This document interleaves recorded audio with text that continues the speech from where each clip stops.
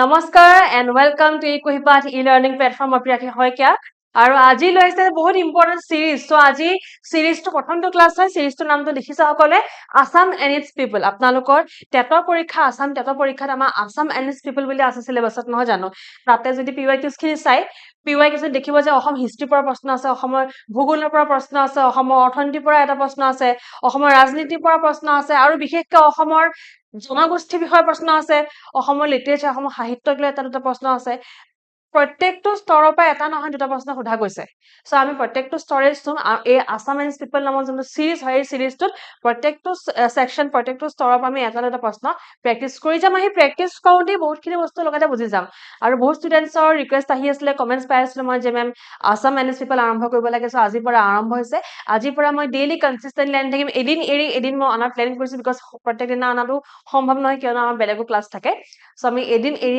এদিন এনেকে MCQ লৈ ক্লাছটো লৈ আনিম আৰু আশা কৰোঁ আপোনালোকৰ যদি কনসিস্টেন্টলি চাই থাকে যদি আপোনালোক কনসিস্টেন্ট থাকে মোৰ লগতে তেন্তে ক্লাছটো কনসিস্টেন্টলি চলি থাকিব আমাৰ সো আছাম এণ্ড পিপল এই ক্লাছটো অৱশ্যে অকল আছাম টেটৰ কাৰণে ইম্পৰ্টেণ্ট নহয় আছামৰ ADRE পৰীক্ষা হৈ গ'ল বা আমাৰ অন্যান্য সকল যোনখিনি আমাৰ ডিপাৰ্টমেণ্টেল এক্সাম হয় যেনেকৈ ধৰক JEE পৰীক্ষা হৈ গ'ল বা PHE পৰীক্ষা হৈ গ'ল সেই তেনেকুৱা পৰীক্ষাৰ কাৰণে ইম্পৰ্টেণ্ট হয় অকল মানে অসমৰ টেটৰ কাৰণে প্ৰিপেয়াৰ কৰা ষ্টুডেণ্টে চাব লাগে তেনেকুৱা কথা নহয় ঠিক আছে আৰু ক্লাছটো আৰম্ভ কৰাৰ আগতে দুটা ইনফৰমেশ্যন মই দি লওঁ প্ৰথম ইনফৰমেশ্যনটো হৈছে ৰিগাৰ্ডিং ADRE 3.0 ADRE 3.0 আহি আছে গম পাই সকলোৱে আমি শুনা মতে শুনিছোহে এনেকে গ্যাৰেন্টি নাই কোনো খাটাং কথা নহয় শুনিছো যে এই বছৰ ছেপ্টেম্বৰ মাহতে ফৰ্ম ফিলআপ আৰম্ভ হ'ব পাৰে আমি যোৱা বছৰ যদি চাওঁ যোৱা বছৰ ফৰ্ম ফিলআপ হোৱাৰ কিছু মাহ পাছতে পৰীক্ষা আহি গৈছিলে নহয় জানো সো এই বছৰ তেনেকে সোনকালে হয়তো হৈ যাব সো ADRE 3.0 ফাউণ্ডেশ্যন বেচ লঞ্চ কৰা হৈছে দেই ফাউণ্ডেশ্যন বেচ লঞ্চ কৰা হৈছে 20 জুলাইৰ পৰা এই চাৰিটা ক্লাছে গৈছে মাত্ৰ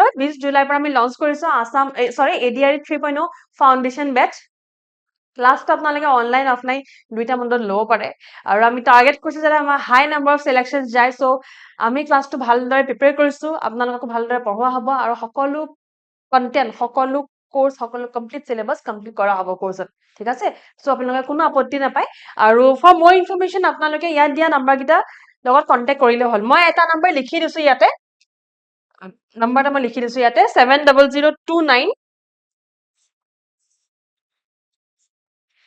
40127 70029 এই পাৰ্টিকুলাৰ ফোন নাম্বাৰটোত ফোন কৰিলে আপোনালোকে সকলো তথ্য পাই যাব তাৰোপৰি আমাৰ আসাম টেটৰ কাৰণে কম্প্ৰিহেনসিভ বেচ লঞ্চ কৰা হৈছে এই বছৰৰ অনলাইন আৰু অফলাইন দুইটা মডতে আছে কমপ্লিট সিলেবাস কভাৰ হ'ব আপোনালোকৰ পেডাগজি আসাম এণ্ড পিপল আমি এনেকে আনিম অৱশ্যে তাত যোনটো কোৰ্সৰ ক্লাছ তাত কিন্তু আমি এনেকে MCQ নানো ধৰক ইয়াত দেখা পাইছে এটা MCQ আনিছো তো MCQ টো ডিসকাস কৰি আমি পঢ়ি যাম কিন্তু এই যোনটো কম্প্ৰিহেনসিভ ক্লাছ হয় তাত আমি পুংখানুপুংখভাৱে ধৰক একদম A পৰা Z লৈকে পঢ়িম একদম আৰম্ভণিৰ পৰা শেষলৈকে পঢ়িম ঠিক আছে আসাম টেটৰ কম্প্ৰিহেনসিভ বেচটো লঞ্চ কৰা হৈছে GT PGT কাৰণে আৰু অনলাইন অফলাইন দুটাতে আছে মই কলো আৰু ADRE ক্লাছ আৰম্ভ হৈছে 4 দিনৰ আগতে 20 জুলাইত আৰম্ভ হৈছে আৰু আমাৰ 21 জুলাইৰ পৰা আৰম্ভ হৈছে আসাম টেট সো একেবাৰে ফ্ৰেছ বেচ হয় একেবাৰে নতুন বেচ হয় যদি আপোনালোকে ৰৈ আছিলে যে নতুন বেচ লঞ্চ কৰিলে জয়েন কৰিম তেন্তে এইটো এক কমপ্লিট গোল্ডেন অপৰচুনিটি হয় মিছ নকৰিব আপোনালোকে গম পায় যে এবাৰ 2 লাখতকৈও অধিক জব তেওঁলোকে মুকলি কৰাৰ প্লেনিং কৰিছে অসম চৰকাৰে সো দেৰি নকৰিব সোনকালে জয়েন কৰক তেন্তে মই ভাবিলো যে যোনটো ইনফৰমেশ্যন মই দিব লগা আছে সেয়া মই দিলো মই অনুমান কৰিছো যে সেয়া বুজিলে সকলে আৰু এতিয়া সকলে যাতে হাতত কফি একাপ লৈ বা চাহ একাপ লৈ বহি যাওক আমি কোৱেশ্চনছ খিনি এনালাইজ কৰিম কোৱেশ্চনছ খিনিৰ বিষয়ে আৰু অলপমান পঢ়ি যাম প্ৰত্যেকটো কোৱেশ্চন ডিসকাস কৰিম কোৱেশ্চনটো অকল উত্তৰটো দি থৈ নিদিও আৰু মই কোৱেশ্চন পঢ়ি যাওঁতে আপোনালোকে পাৰিলে পজ কৰি আনসাৰটো এটেম্প কৰি চেষ্টা কৰিব নোৱাৰিব পাৰে কিন্তু চেষ্টা কৰিব আনসাৰটো মই কৈয়ে দিম প্ৰথম প্ৰশ্নটো আছে the origin of the name Kamarupa is mention in which Brahmana না কামৰূপ নামটো ক'ৰ পৰা আহিলে তাৰ যোনটো ইতিহাস বা তাৰ যোনটো অৰিজিন সেইটো কোনখন ব্ৰাহ্মণত মেনশন আছে না কামৰূপ নামটো ক'ৰ পৰা আহিলে সেইটো ক'ত মেনশন আছে কোৱাৰ আগতে কাহানীটো কি মই কৈ দিওঁ এনেকে কোৱা হয় যে যোন কামদেৱ আছিলে দা গড অফ লাভ প্ৰেমৰ ভগৱান কামদেৱে যেতিয়া শিৱ লৰ্ড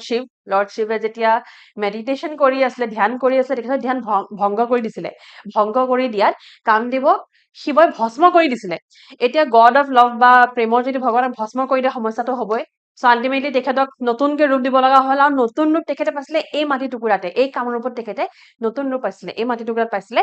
সেইকাৰণে কামৰূপ মানে কামদেৱৰ নতুন ৰূপ এটা আহিলে, সেইকাৰণে কামৰূপ হৈ গ'ল। আৰু কোৱা হয় যে উমানন্দৰ সেই যোনটো এৰিয়া আছে, উমানন্দ যোনটো আইলেণ্ড আছে আমাৰ, তাতেই তেখেতে নতুন ৰূপ পাইছিলে, গম পাইছে? চ' কামৰূপ নামটো সেই ষ্টৰিটোৰ পৰা আহিলে যে কামদেৱে যেতিয়া লৰ্ড শিৱক মেডিটেশ্যনৰ পৰা মেডিটেশ্যন যেতিয়া ভংগ কৰাই দিছিলে, তেখেতক ভস্ম কৰি দিছিলে শিৱয়ে, কামদেৱক ভস্ম কৰি দিছিলে। ভস্ম কৰি দিয়াৰ পাছত তেখেতে পুনৰ জীৱিত হয় বা নতুনকে ৰূপ এটা পায় এই মাটি টুকুৰাত। চ' কামৰূপ।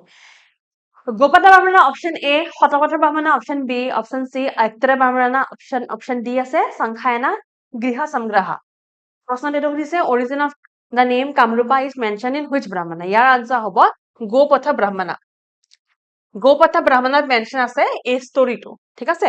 তাৰোপৰি আমি যদি চাওঁ অতীজৰ সময়ৰ আমাৰ এই যোনটো জেগা আমি যে অসম বুলি কওঁ, সেই জেগা টুকুৰাৰ অতীজৰ নামটো অসম নাছিলে, হয়নে? প্ৰথমতে আছিলে নামটো কি? প্ৰাগজ্যোতিষপুৰ।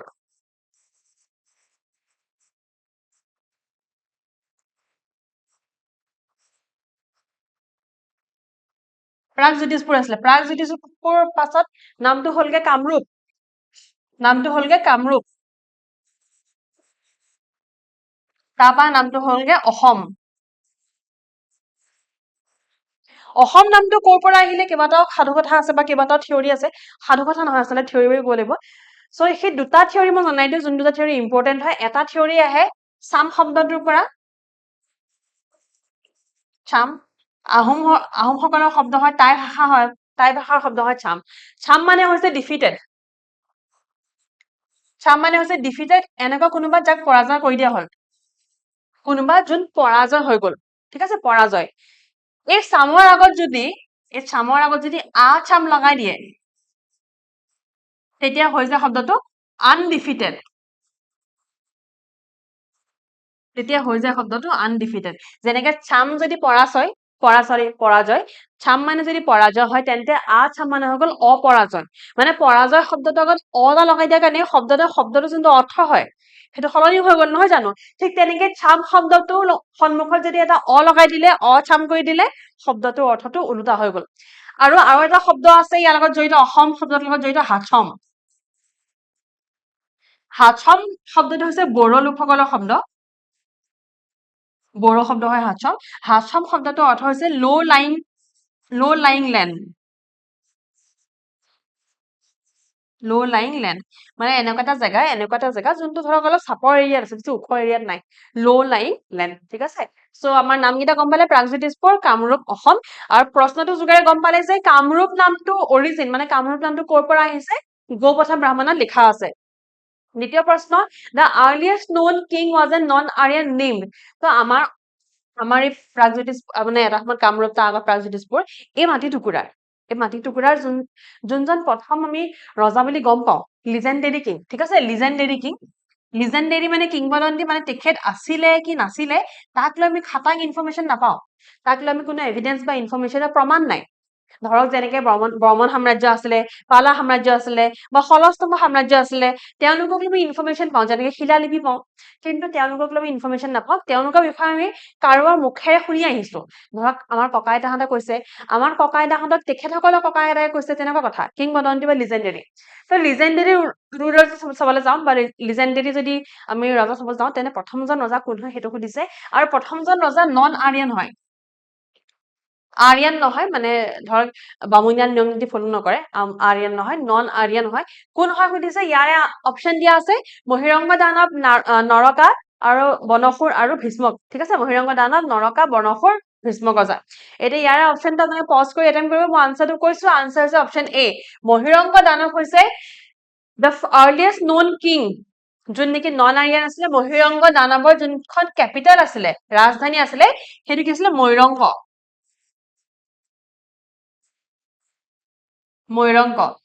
মহিৰংগ দানৱৰ যোন বংশাৱলী আছে, সেই বংশাৱলী একেবাৰে শেষৰ জন ৰজা হয় ঘটকাসুৰ। ঘটকাসুৰক হত্যা কৰি নৰকাই আৰম্ভ কৰে ভৌমা ডাইনেষ্টি বা ভৌমা সাম্ৰাজ্য। ভৌমা সাম্ৰাজ্য আৰম্ভ কৰে। নৰকৰ মাতৃ আছিলে ভূমি দেৱী পৃথিৱী আৰু নৰকৰ পিতৃ আছিলে কৃষ্ণৰ যোনটো বৰাহ অৱতাৰ কৃষ্ণৰ যি বৰাহ অৱতাৰ সেই বৰাহ অৱতাৰ আৰু ভূমি দেৱীৰ সন্তান আছিলে নৰক সেইকাৰণে ভূমিৰ পৰা আহে ভৌমা সাম্ৰাজ্য নৰকাসুৰক হত্যা কৰে শ্ৰীকৃষ্ণই আৰু নৰকাসুৰৰ পাছত তেওঁ যোন নেক্সট পুত্ৰ হয় যোন ধৰক নেক্সট ভৌমা সাম্ৰাজ্য চম্ভালে তেখেত হৈছে ভগদত্ত হয়নে Bhagadatta is the son of Narakasur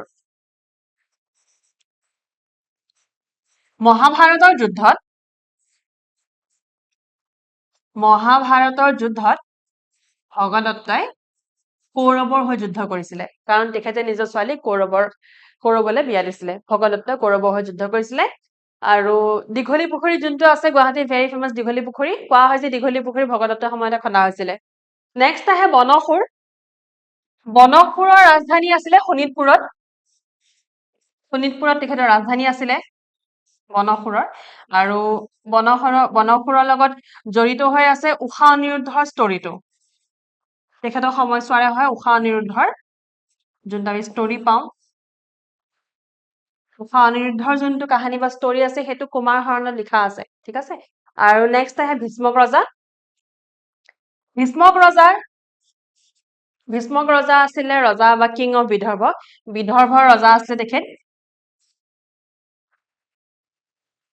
আৰু কুন্দিনা নামৰ জেগা টুকুৰা তেখেতৰ ৰাজধানী আছিলে কুন্দিনা আছিলে কেপিটেল বা ৰাজধানী তেখেতৰ ৰাজ্যৰ আৰু কুন্দিল নদীৰ পাৰত আছিলে আৰু এই প্ৰশ্নটো উত্তৰ গম পালে সকলে মহিৰংগ দানৱ হৈছে আমাৰ earliest non king Question number 3, the Shiva temple of Mahabhairava in Tezpur was built by এইটো প্ৰশ্ন সোধা হৈছে আগতে দেই মহাভৈৰৱ মন্দিৰটো শিৱ মন্দিৰ হয় তেজপুৰত আছে আৰু কোনে বিল্ড কৰিছিলে বা কোনে গঠন কৰিছিলে কাৰ সময়ত গঠন কৰা হৈছিলে এগেইন মহিৰংগ দানৱ নাৰকা বনসুৰ ভীষ্ম ইয়াৰে আনসাৰ হয় অপচন চি বনসুৰৰ সময়ত মহাভৈৰৱ মন্দিৰ বিল্ড কৰা হৈছে বনসুৰ শিৱৰ বহুত ডাঙৰ ভক্ত আছিলে আৰু সেই কাৰণে বনসুৰৰ সময়তে হৰিহৰ বা হৰহৰি যুদ্ধ হৈছিলে ঠিক আছে হৰিহৰ বুলিও কয় কিছুমানে হৰহৰ বুলিও কয় হৰহৰি যুদ্ধ এই হৰহৰি যুদ্ধত হৰি মানে হৈছে কৃষ্ণ হৰ মানে হৈছে শিৱ তেওঁলোকৰ মাজত যুদ্ধ হৈছিলে কিয়নো বনসুৰৰ সময়ত আমি গম পাওঁ যে ঊষা অনিৰুদ্ধৰ ষ্টৰিটো আছে ৰাইট আমি চাইছো যে বনসুৰৰ সময়তে ঊষা অনিৰুদ্ধ আমি কাহিনীটো গম পাইছো অনিৰুদ্ধ আচলতে কৃষ্ণৰ নাতিনীয়েক আছিলে Aniruddha was the grandson of Krishna বা কৃষ্ণৰ নাতিনীয়েক সেইকাৰণে কৃষ্ণয়ে আৰু শিৱই ধৰক বনসুৰৰ কথা মানি আৰু কৃষ্ণই নিজৰ নাতিনীয়েকক ৰক্ষা কৰিবলৈ হৰহৰি যুদ্ধ আল্টিমেটলি হৈছিলেগে ঠিক আছে আমি হৰহৰি যুদ্ধৰ বিষয়ে আমি অসমৰ সাহিত্য পঢ়োতে অলপমান চাম Question number 4, who was the founder of the Burman dynasty? Barman সাম্ৰাজ্যৰ প্ৰতিষ্ঠাপক কোন হয় অপচন দিয়া আছে আপোনালোকে পজ কৰি এটেম্প কৰিব বালা বৰ্মন পুষ্য বৰ্মন কল্যাণ বৰ্মন আৰু মহেন্দ্ৰ বৰ্মন ইয়াৰে আনসাৰ হ'ব অপচন বি পুষ্য বৰ্মন হৈছে বৰ্মন সাম্ৰাজ্যৰ প্ৰতিষ্ঠাপক এতিয়া যিকোনো সাম্ৰাজ্যৰ মুখস্থ ৰখা টেকনিক থাকে ইজি টেকনিক থাকে ঠিক আছে আমি টেকনিকটো চাই লম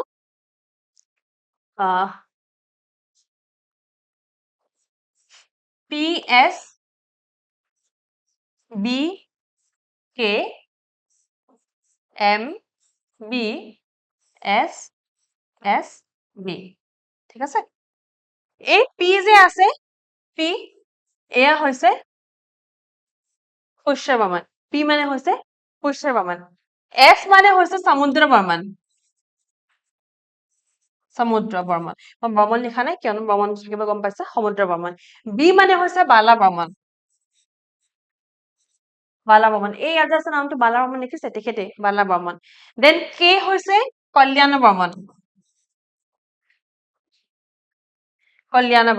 কল্যাণ বৰ্মনক চাইনিজ সকলে এটা নাম দিছিল নামটো আছিল ইউচাই কল্যাণ বৰ্মনক চাইনিজ সকলে এটা নাম দিছিলে নামটো কি হয় নামটো হৈছে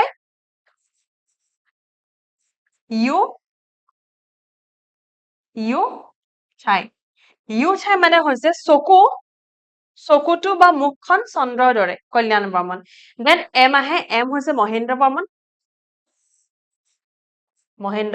ইয়াত দেখিছে নিশ্চয় মহেন্দ্ৰ বৰ্মন দেন বি হৈছে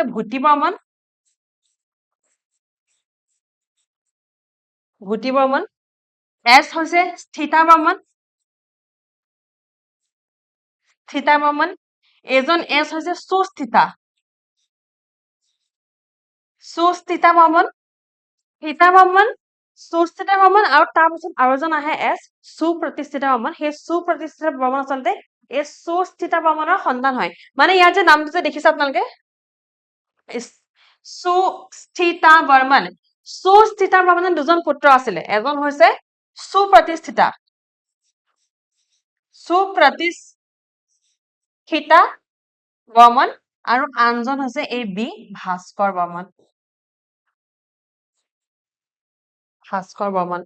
সুস্থিতা বৰ্মনৰ পুত্ৰ দুজন আৰু ডাঙৰজন পুত্ৰ হৈছে সুপ্ৰতিষ্ঠিতা বৰ্মন, কিন্তু তেখেতৰ সোনকালে মৃত্যু হৈ যায় যুদ্ধ ক্ষেত্ৰত আঘাতপ্ৰাপ্ত হয়। সেইকাৰণে তাৰ পাছত আহে ভাস্কৰ বৰ্মন ৰজা হিচাপে। আৰু ভাস্কৰ বৰ্মনক কোৱা হয় বৰ্মন সাম্ৰাজ্যৰ আটাইতকৈ শক্তিশালী বা আটাইতকৈ প্ৰভাৱশালী ৰজা। ঠিক আছে, আটাইতকৈ প্ৰভাৱশালী ৰজা বৰ্মন সাম্ৰাজ্য হৈছে ভাস্কৰ বৰ্মন। আৰু বৰ্মন সাম্ৰাজ্য ফাউণ্ডাৰ বা প্ৰতিষ্ঠাপক হৈছে কোন? পুষ্য বৰ্মন। PSBKMBSSB।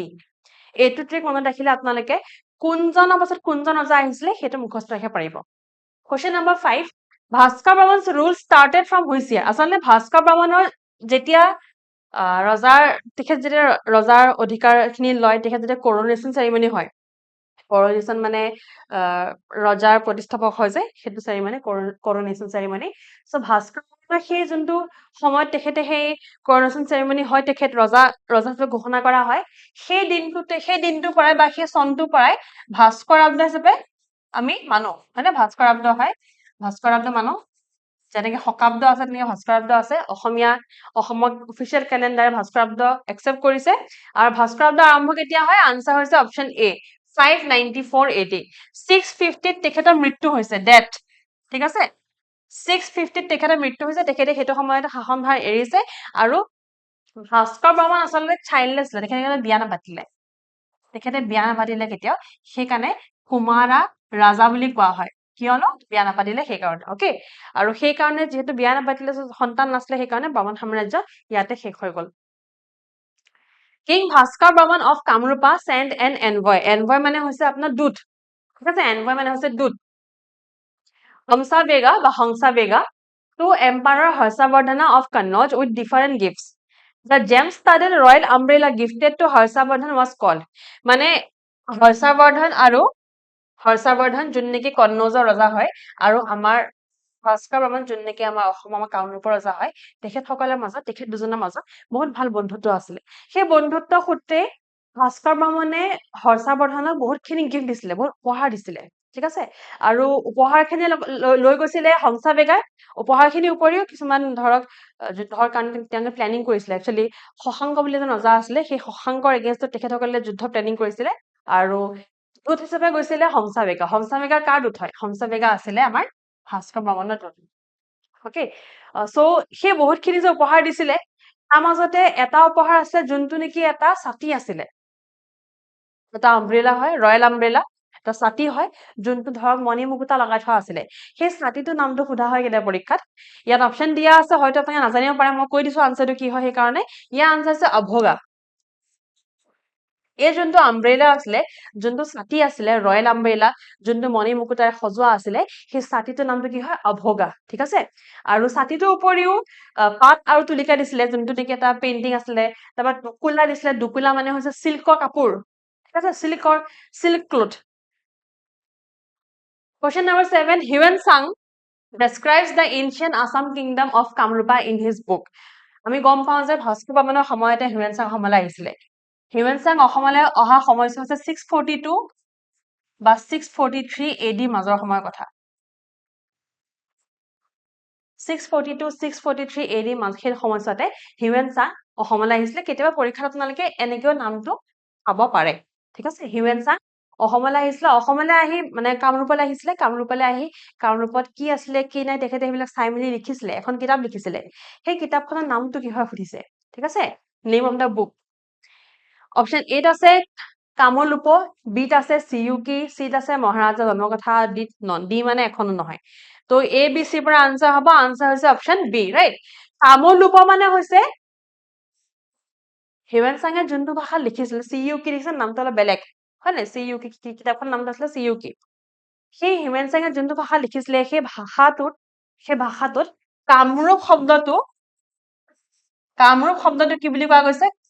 কামৰূপ ঠিক আছে কামৰূপ মানে কামৰূপ কিন্তু এই হিউমেন চাঙৰ তেখেতৰ যোনটো মাতৃভাষা সেইটো ভাষাত তো কিতাপখনৰ নামটো হৈ গ'ল Si-Yu-Ki who was the founder of the Salastambha dynasty Salastambha সাম্ৰাজ্যৰ প্ৰতিষ্ঠাপক কোন আছিলে আচ্ছা এই প্ৰশ্নটো এটেম্প কৰাৰ আগতে এটা কথা কৈ দিওঁ হিউমেন চাং যেতিয়া কামৰূপলৈ আহিছিলে কামৰূপলৈ আহোঁতে তেখেতে এখন নৈ পাৰ হৈ আহিছিলে ঠিক আছে কামৰূপ য'ত নেকি ভাস্কৰ বৰ্মনৰ ৰাজত্ব চলি আছে ইয়াত ভাস্কৰ বৰ্মনৰ মই ভাস্কৰাল বুলি লিখিছো চমুকে ভাস্কৰ বৰ্মনৰ ৰাজত্ব চলি আছে থাকোতে তেখেত য'ৰ পৰা আহিছিলে তেখেত নালন্দালৈ আহিছিলে নালন্দাৰ পৰা তেখেত আহিছিলে সেইখন এখন নৈ হয় দেই মোৰ ড্ৰয়িং বৰ এটা ভাল নহয় এখন নৈ হয় তো হিউমেন চাং ধৰক এজন হিউমেন চাং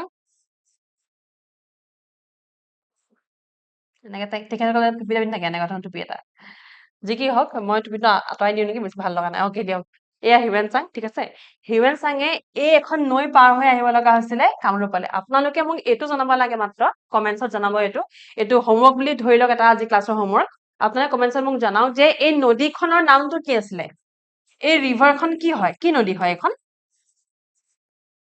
যোনে যোনে পঢ়িছে কমেণ্টছত জনাব যোনে নাজানে তেওঁলোকে কমেণ্টছত ধৰক ক্লাছটোৰ ধৰক 12 ঘণ্টা পাছত চালে হৈ গ'ল এনেও ৰাইট কমেণ্ট থাকিব বহুতৰ মই গম পাওঁ সহজ প্ৰশ্ন হয় একদম সহজ প্ৰশ্ন হয় হিউমেন চাঙে কামৰূপ আহোঁতে কোনখন নৈ পাৰ হৈ আহিছিলে ঠিক আছে মোক জনাব কোনখন নৈ পাৰ হৈ আহিছিলে who was the founder of Salastambha dynasty Salastambha সাম্ৰাজ্যৰ প্ৰতিষ্ঠাপক কোন আছিলে আনচাৰ হৈছে অপশ্যন এ হলস্তম্ভ নামটোতে আছে হয় ন হলস্তম্ভ মানে কি হয়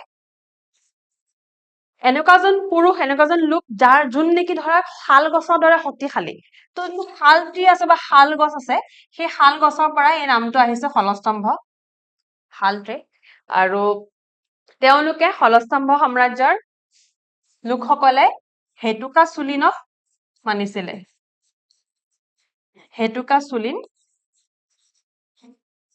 হেটুকা চুলিন আছিলে তেওঁলোকৰ ভগৱান তেওঁলোকৰ দেইটি হা দেইটি বুলি লিখি দিছো মানে দেৱ আৰু দেৱতা বুলি ধৰি লওক দেইটি মানে দেৱতা তেওঁলোকৰ দেইটি আছিলে আৰু হলস্তম্ভ যেতিয়া হলস্তম্ভ ডাইনেষ্টি বা ৰাজ্য স্থাপন কৰিছিলে তেতিয়া তেখেতে প্ৰাগজ্যোতিষপুৰৰ পৰা কেপিটেল আঁতৰাই বা ৰাজধানী আঁতৰাই এখন নতুন ৰাজধানী পাতিছিলে নামটো হৈছে হৰূপেশ্বৰ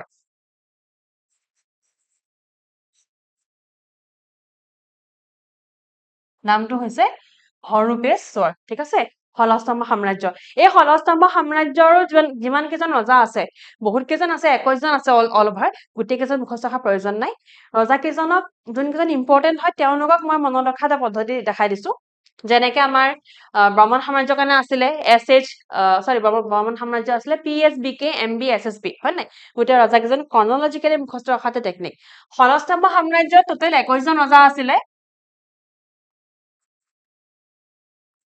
আৰু 21 জন ৰজা আমি মুখস্থ ৰাখিব নালাগে যোন কেইজন ইম্পৰ্টেণ্ট হয় তেওঁলোকক আপুনি শৰ্টকে মুখস্থ ৰাখিব হ'ল SH BH VJ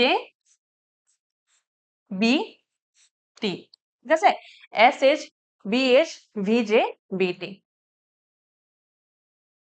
সো এয়া S হৈছে হলস্তম্ভ যোন প্ৰতিষ্ঠাপক হয় গম পাইছে হলস্তম্ভ তেখেতৰ নামতে সাম্ৰাজ্যখন আছে নেক্সট যোনজন H হয় তেখেত হৈছে হলস্তম্ভ সাম্ৰাজ্য আটাইতকৈ শক্তিশালী ৰজা হৰ্ষদেৱ বা বহুত জেগাত আপুনি নামটো শ্ৰী হৰ্ষা বুলিও পাব পাৰে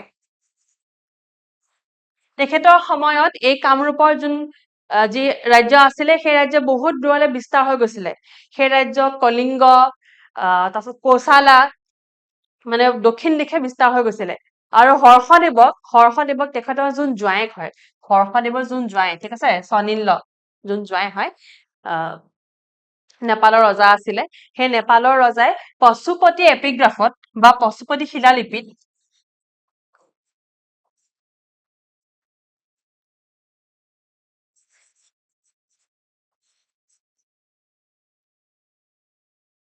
পশুপতি শিলালিপিত এটা উপাধি দি তেখেতৰ কথা কৈছিলে শিলালিপিত যোনটো উপাধি ব্যৱহাৰ হৈছিলে সেইটো হৈছে গদ্ৰাদি কলিংগা কৌশলাপতি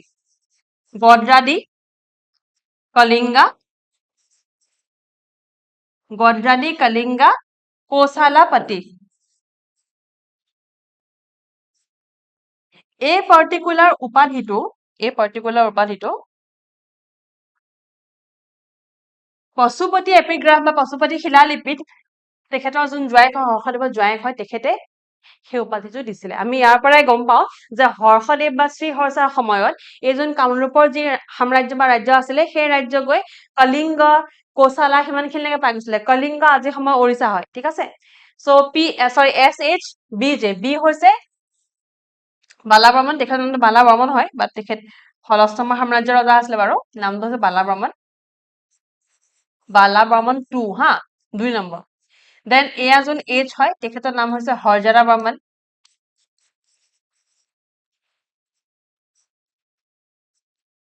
হৰজাদা বৰ্মন। তাৰপৰা ভি হৈছে বনমালা বৰ্মন। বনমালা বৰ্মন। নামবিলাক বৰ্মনকে আছে, তাক লৈও এটা সৰু চমু এটা সাধু আছে। এনেকে বুজা হয়, বহুতে এইটো থিয়ৰি দিয়ে যে হলস্তম্ভ হয়তো বৰ্মন সাম্ৰাজ্যৰে দূৰৰ কোনোবা ৰিলেটিভ আছিলে, কোনোবা তেওঁলোকৰ সম্পৰ্কীয় আছিলে, অৱন্তী বৰ্মন বুলি এইটো কোৱা হয়। এইটো থিৰাংকে নাজানে কোনো, বাট এনেকে ধৰা হয়। দেন আহে জয়মালা।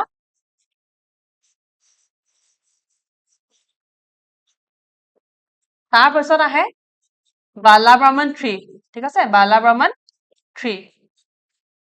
এখেত 2 হয়, এখেত 3 হয়। আৰু একেবাৰে শেষৰজন ৰজা হৈছে ত্যাগৰ সিংহ। ত্যাগৰ সিংহ সন্তান নাছিলে। ত্যাগৰ সিংহৰ সন্তান নথকাৰ কাৰণে তেখেতৰ পাছত এই হলস্তম্ভ সাম্ৰাজ্য শেষ হৈ যায়। তো SHBHVJBD, এয়া হৈছে আমাৰ ৰজাসকলৰ ক্ৰনলজি অফ হলস্তম্ভ সাম্ৰাজ্য। কুৱেশ্যন নম্বৰ 9, আই থিংক এইটো হৈ গ'ল, ধুনীয়াকৈ বুজি পালে সকলোৱে? Okay. Who was the founder of পালা ডাইনেষ্টি? তো গম পাইছে সকলোৱে যে হলস্তম্ভ সাম্ৰাজ্য শেষ হ'ল। ত্যাগ সিংহৰ পাছত কোনো ৰজা নাছিলে, তেখেতৰ কোনো সন্তান নাছিলে, তো ৰজা কোনো নহলে। তাৰ পাছত যোন কেইজন গভৰ্ণৰ আছিলে তেখেতৰ সময়ত, মানে বেলেগ বেলেগ জেগাত ধৰক হলস্তম্ভ, যিকোনো ৰাজ্য, হলস্তম্ভ হওক, পালা হওক বা বৰ্মন হওক, তেখেতৰ যোনখিনি সাম্ৰাজ্য বা যোনখিনি ৰাজ্য জেগা আছে, বেলেগ বেলেগ ৰাজ্যত তেখেতসকলে বেলেগ বেলেগ জেগাত, মানে ধৰক এই এটা জিলা থাকিব, সেইফালে এটা জিলা থাকিব বা ভুক্তি থাকিব, তাত তেওঁলোকে বেলেগ বেলেগ মানুহক গভৰ্ণৰ হিচাপে থৈ দিয়ে। যেনেকে আজি সময়ত গভৰ্ণৰ আছে ন, অসমৰ গভৰ্ণৰ আছে, নাগালেণ্ডৰ গভৰ্ণৰ আছে, ছত্তীশগড়ৰ গভৰ্ণৰ আছে, মুম্বাই গভৰ্ণৰ আছে, চবৰে গভৰ্ণৰ আছে, হয় নাই? গভৰ্ণৰসকলৰ কাম কি হয়, যে চেণ্টাৰত যোন আমাৰ চেন্ট্ৰেল গভৰ্ণমেণ্ট আছে, তেওঁলোকক খবৰ দিবলৈ, তেওঁলোকৰ লগত কৰ্ডিনেট কৰি থাকিবলৈ। ঠিক তেনেকে সেই সময়তে গভৰ্ণৰ আছিলে। সেই গভৰ্ণৰ সকলৰ মাজতে তেওঁলোকে বিশ্লেষণ কৰিলে যে যিহেতু এতিয়া ৰজাৰ কোনো সন্তান নাই, আমি আমাৰ মাজতে এজনক ইলেক্ট কৰি দিওঁ ৰজা হিচাপে। তো তেওঁলোকে এই হলস্তম্ভৰ সাম্ৰাজ্যৰ যোনসকল গভৰ্ণৰ আছিলে, ঠিক আছে, যোনসকল গভৰ্ণৰ আছিলে, তেওঁলোকে নিজৰ মাজতে ইলেকশ্যন কৰিলে যে এনেকুৱা কোন আছে আমাৰ মাজত যোনে নেকি ৰজা হ'ব পৰা ক্ষমতা যাৰ আছে,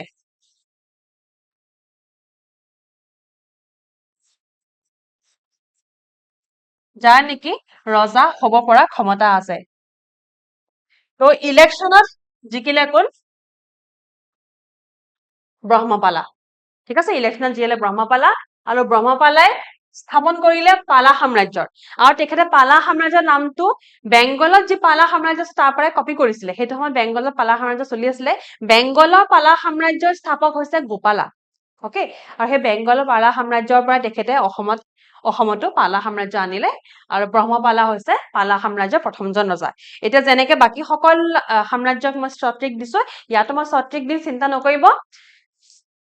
ইয়াৰ শ্বৰ্ট হৈছে পালা সাম্ৰাজ্যৰ ৰজাসকলক মুখস্থ ৰখা টেকনিকটো হৈছে BRIGHDJ, ঠিক আছে, BRIGHDJ। এই যোন বি হয়, বি কোন হয় গম পালে? বি গম পালে, ব্ৰহ্মপালা হয়নে, যোন প্ৰতিষ্ঠাপক হয় ব্ৰহ্মপালা। আৰ হৈছে ৰত্নপালা। ৰত্নপালাৰ সময়ত এটা কথা মনত ৰাখিবলৈ কথা এটা আছে, মই লিখি দিওঁ ইয়াতে। ৰত্নপালাই এখন চিটি বা এখন চহৰ বনাইছিলে। চহৰখনৰ নাম আছিলে দুৰ্জয়া।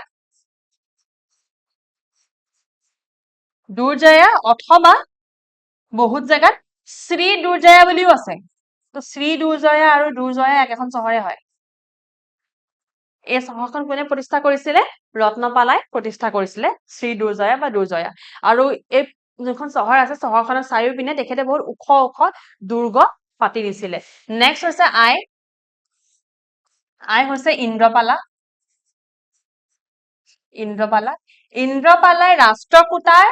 ৰাষ্ট্ৰকূটাৰ এগৰাকী ৰাজকুঁৱৰীক বিয়া পাতিছিলে ঠিক আছে ৰাষ্ট্ৰকূটাৰ এগৰাকী ৰাজকুঁৱৰীক বিয়া পাতিছিলে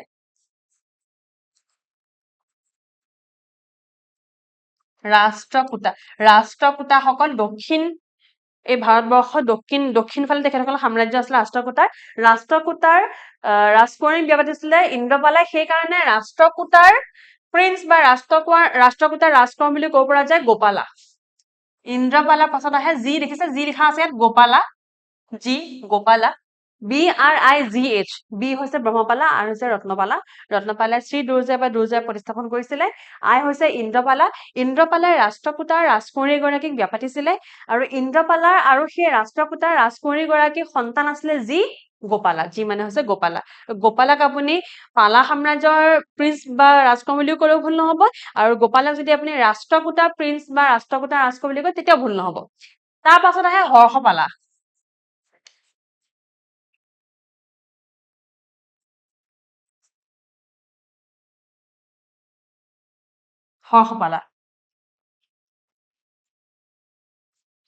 তাৰপা DJ আছিলে হয় নাই DJ আছিলে এই ডিক মনত ৰাখিব দেই ইয়াত আছে ডি হৈছে ধৰ্মপালা আৰু যদি পৰীক্ষাত সোধে যে পালা বংশৰ আটাইতকৈ শক্তিশালী সৰ্বোচ্চ শক্তিশালী ৰজা বা প্ৰভাৱশালী ৰজা কোন হয় সেয়া হৈছে Dharmapala the greatest of the পালা কিং কোন হয় ধৰ্মপালা হয় আৰু ধৰ্মপালাৰ সময়তে কলিকা পুৰাণখন লিখা হৈছিলে কলিকা বা কালিকা যি বুলি কোৱা হয় বহুতে কলিকাও কয় বহুতে কালিকাও কয় কালিকা পুৰাণখন লিখা হৈছিলে কালিকা পুৰাণ কোনজন মুনিয়ে লিখিছিলে কালিকা পুৰাণ লিখিছিলে চেজ মাৰ্কেণ্ডয় বা মুনি